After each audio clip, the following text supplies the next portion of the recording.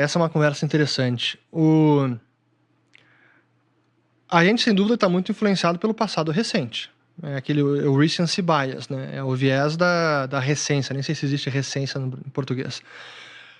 Mas, quando a gente analisa os últimos 10, 15 anos, cara, o bull market da Bolsa Americana é surreal. Mas patrocinado pelo Banco Central. Mas não apenas. Sem dúvida que essa liquidez essa bolha fluiu toda foi muito para o Banco Central, a engenharia financeira, emite ações, recompra ações, teve muita liquidez que ajudou a inflar esse mercado. Tem parte que tem fundamento? Tem, mas também tem uma liquidez que ajudou nessa tendência que já dura 15 anos, surreal. A pandemia foi brutal, mas foi puff, e voltou com tudo. Exato. Só que quando a gente compara numa janela de mais longo prazo e tenta entender assim, longos ciclos, hoje os Estados Unidos está na máxima em relação a quase todos os outros mercados. Olha a Bolsa Americana em relação à Bolsa Brasileira, a Bolsa Americana, Bolsa emergentes, em relação à Bolsa Europeia, Bolsa até talvez japonesa agora menos. Mas market cap global e market cap americano, cara, tá nas máximas. Tá ultrapassando 50%, ou próximo disso. Metade do market cap do mundo são empresas americanas. Aí pensando... É sustentável? É certo? Tem que ser isso mesmo, porque os caras são merecedores disso. Parte sim. Parte eu diria que sim, porque cara, a economia americana é um canhão, realmente é uma força impressionante. O dinamismo da economia, a capacidade de adaptação que tem, o dinamismo do mercado laboral, a cultura de empreender, de tomar risco, tudo acaba confluindo para gerar essa economia que atrai capital do mundo inteiro, que atrai mão de obra, capital financeiro, capital humano. É surreal, assim. Os Estados Unidos não tem uma boa demografia em termos de natalidade. Mas ele importa a demografia. Ele importa. A crise imigratória, ao mesmo tempo, foi um boom para a economia americana. 3 milhões de pessoas trabalhando. É o boom, é impressionante, é um PIB potencial. Mas sem dúvida que eu me pergunto quanto tempo isso pode durar, e se a gente pensa em janelas de mais longo prazo e os ciclos para os próximos 5 ou 10 anos... ciclo. E não, 2025 o S&P 500 vai seguir subindo? Talvez, mas, cara, eu não estou indo em 2025, eu estou pensando preservação patrimonial, alocação de longo prazo. Eu não consigo ficar confiante que o S&P 500 em si vai seguir performando tão acima do restante do mundo nos próximos anos. Tem tanta coisa para dar errado nesse meio do caminho, e até aí os próprios Estados Unidos estão dando um tiro no pé.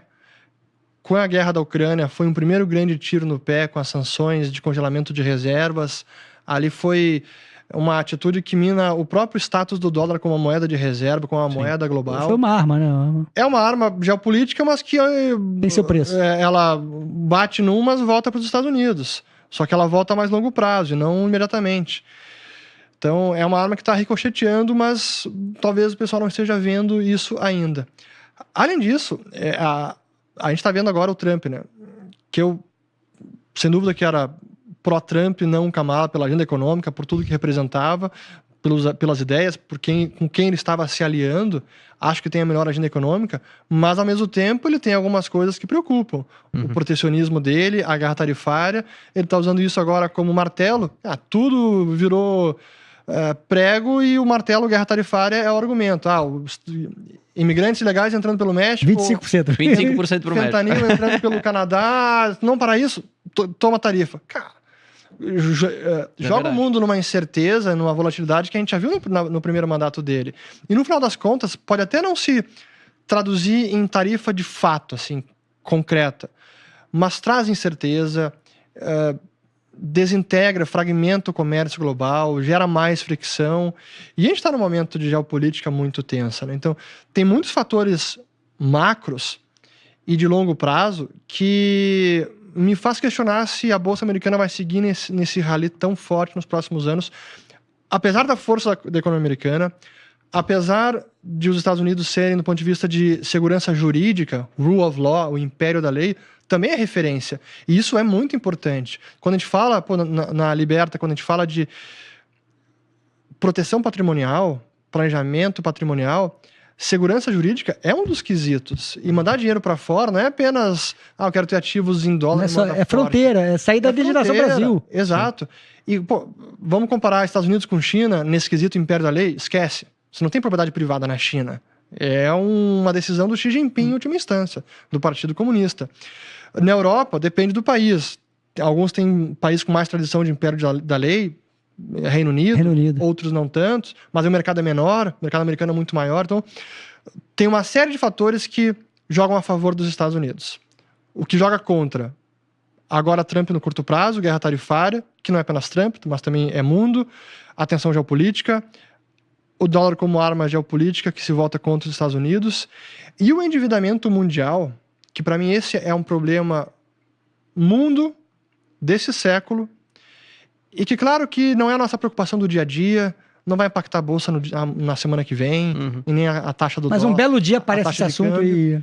Mas ele vai tomando uma dimensão cada vez mais importante e pode levar alguns países a terem atitudes mais protecionistas, até a gente voltar a ter um mundo com mais, não apenas guerra tarifária, mas até controle de capital.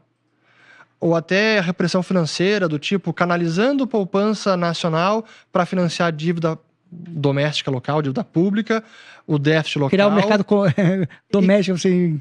A gente já viu isso no passado, a gente viu isso na Segunda Guerra Mundial, teve esse nacionalismo, essa repressão financeira, e com esse nível de dívida, é surreal quando a gente analisa, e não é apenas dívida pública. Eu que sou fascinado por esse assunto, não apenas porque eu gosto, mas pelas implicações que tem no nosso dinheiro, no nosso patrimônio, no mundo. Estados Unidos, hoje 120% de dívida PIB, pública. Se pegar a dívida privada junto, 255% do PIB. Maior da história. A gente olha para a Europa. França, 315% do PIB, considerando tudo. A pública é menor que os Estados Unidos, mas junta famílias e empresas, está maior.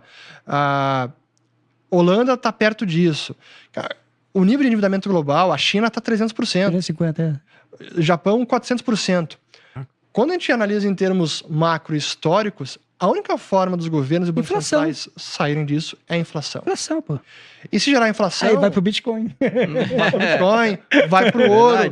Mas, claro, o cidadão vai buscar formas. Vai para imóvel, vai para setor real, vai ativo real. E o que governos podem fazer? E para mim, esse é um insight que eu peguei do Russell Napier, que é um investidor escocês, para mim é uma grande referência. O cara é um craque, um historiador financeiro. E ele, observando as lições da história, daqui a pouco a gente pode ver, por exemplo, o fundo de pensão do Canadá que investe pra caramba na Bolsa Americana, sei lá, tem quantos de SP500, quantos por cento de locação. O fundo tá precisando ajudar o Canadá a financiar a sua dívida. Quer saber? Aqui, fundo Canadá, agora lei vai ter que desinvestir da economia americana. Compulsoriamente, você tem que ter X% de dívida canadense. Isso pode acontecer em vários locais do mundo. Então, imagina se o mundo se entra nesse ambiente de renacionalização do capital. Eu nunca tinha pensado nisso, Bruno. Nem eu. E a gente Por isso que eu tô aqui, cara, muito louco. O SP500 hoje é uma alocação que... Mundial. É fundo de pensão, fundo soberano, Varejo. o Banco Nacional Suíço, que é um dos grandes acionistas da Apple, porque ele imprimiu dinheiro e comprou de tudo. Imagina se esse dinheiro começa a se repatriar. O Japão é o país mais endividado, 400% do PIB, e lá o governo é mais endividado do planeta, 250% do PIB. Porém, o Japão é o maior credor externo do mundo. Tem um tríade. Em termos de país, somando governo, famílias, empresas, é o país que mais tem ativos no exterior, já descontando o passivo. Então, é uma métrica de contas externas que se chama posição de investimento internacional. Por essa métrica, o Japão é o país que tem mais ativos no exterior, supera 3 trilhões. Então imagina também o governo japonês com essa montanha de dívida, se a inflação começa a pegar e o juro lá começa a subir, o governo quebra na hora. Pô, mas a gente tem 3 trilhões de ativos no exterior, começa a vender, cara. Vende, vamos repatriar. Então, esse movimento pode acontecer. Hoje não está no radar de quase ninguém, mas quando a gente tenta vislumbrar cenários e riscos de mais longo prazo, e é pensar, será que o SP500 vai ser o melhor ativo pelos próximos 10 anos? Cara, não tenho certeza. Você tem que botar essa variável no meio. Porque eu fico admirando, será que o mundo não fica bêbado de dólar? Porque tanto dólar que tem que ser impresso Pra pagar esse 6% de déficit, 7%. E essa é que é a parte paradoxal da história, porque... o M2 dele voando e... Mesmo todo mundo endividado, Estados Unidos também, o dólar em relação às demais moedas pode se valorizar. Então a gente vai ter o que parece irônico, porque o dólar sendo a moeda mais forte ou menos fraca entre todas as moedas, mas ainda assim todas as moedas, incluindo o dólar, perdendo valor em relação a tudo. Inflação. É inflação. Então o dólar está sendo valorizado e todas as demais moedas. E o que se valoriza? O que está expresso naquela moeda. São ativos reais, ações de empresas também, estoques, é ouro, Bitcoin, qualquer coisa, né? commodity. Qualquer coisa real, né? Qualquer coisa é real. E foge da moeda. Tira, Exato. Não quero moeda, eu quero coisa. Exato. Ou seja, busca por proteção seria Bitcoin? Para mim Nesse é uma das... Pra mim no cenário Nesse cenário extremo onde isso tudo aconteceu. Para mim é uma das proteções, para mim é uma relevante e é um dos ativos que tende a se beneficiar desse cenário. E não precisa ser um cenário drástico do tipo, a inflação vai para 20% ao ano. Não precisa. Mas pode ser 4%, 5% ao ano. Imagina a inflação nos Estados Unidos, na Europa, 4%, 5% ao ano. Diga a Kamala, perdeu as eleições por causa disso. O que isso faz em 5 anos para o patrimônio? Perdeu de renda surreal. Verdade.